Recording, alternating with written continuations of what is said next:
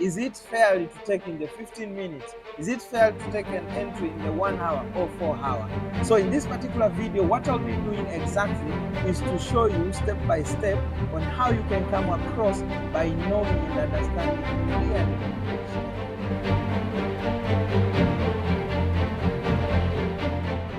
A lot of my community members, 7 Principles FX members, have been asking me the question, hey coach, how do you understand that this time frame is when that we are going to execute a trade setup? And most of the time, they want to know, is it fair to take in the 15 minutes? Is it fair to take an entry in the 1 hour or 4 hour? So in this particular video, what I'll be doing exactly is to show you step by step on how you can come across by knowing and understanding clearly which time frame you need to execute your trade setup. So follow me along. Now, I'll be using GBP USD as my example, and I'll start from the higher time frame, talking you down to the lower time frame.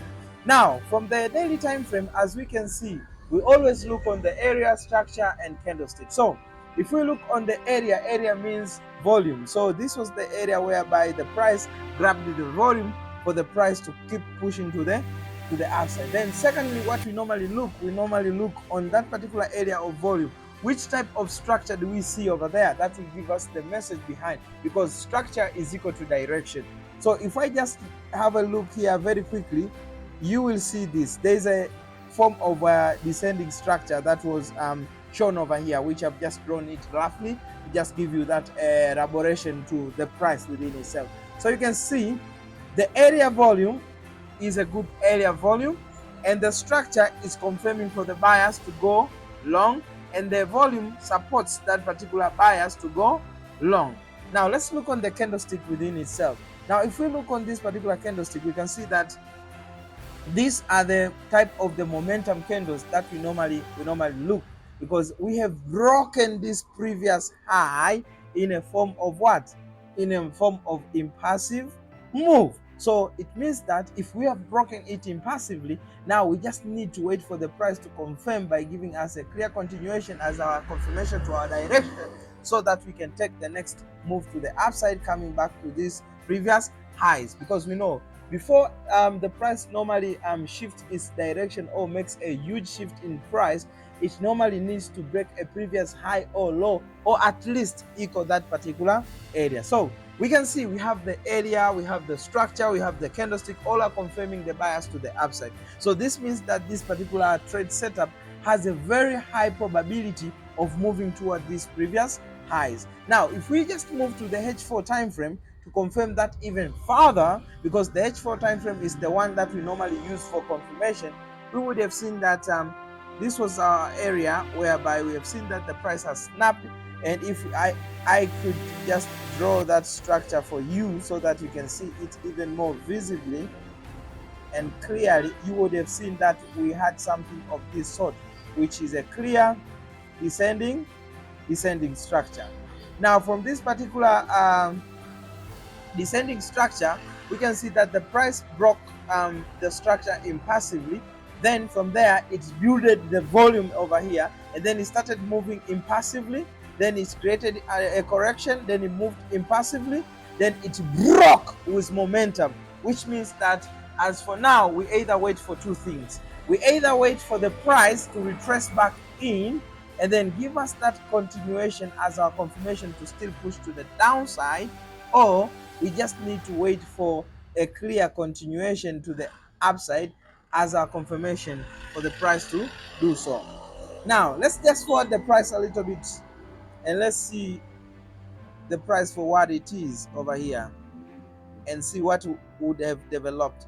Now, after forwarding the price, you would have seen that we have started forming this type of continuation over here, whereby if I just draw this for you, you would have seen that there are some early signs of this continuation, which is acting as our confirmation for the next run to the upside. And if we go to the lower time frame now, we would have seen it even more clear.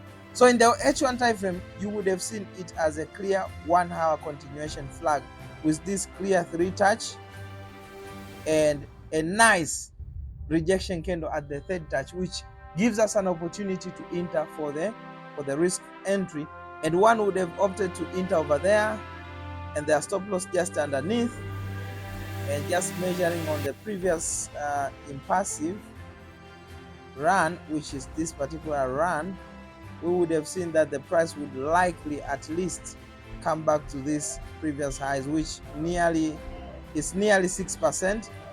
So I'll just forward the price so that we can see. One would have been tagged in, and that would have happened. Maybe they would have been taken out for break even, or maybe holded that particular position.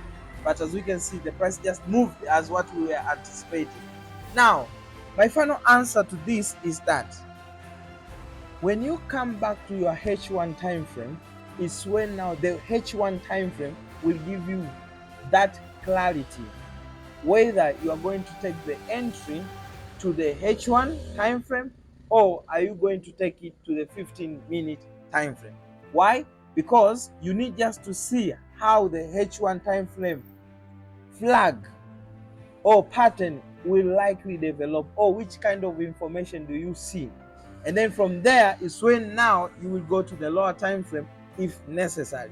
So in this case now, we can see that the H1 time frame has already given us a clear confirmation that the H1 time frame is already enough within itself to take this particular position to go long, and that's why we've seen it played out very, very nicely.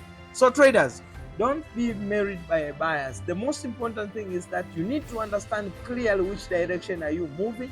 Then the H4 time frame will help you to confirm that, and then the H1 time frame will help you to give you the clarity on which time frame you should be using, because sometimes something might not be clear from the H1 time frame and you'll be moving to the 15-minute. So the H1 time frame has already showed you that there is a flag, but it's a little bit unclear. So you need to move to the lower time frame, maybe a 15-minute, so that you can take me as an entry. Or sometimes even it allows us to move back to the previous time frame, which is the H4 time frame, to take that particular trade setup so that you can get involved into that particular trade. So thank you so much, and please, I need your support. So please kindly do share, like, and subscribe to the channel. More content are coming, and the doors are still open for you to join us in 7 Principles FX. Until next time, God bless. It's the year of kingdom-minded trader.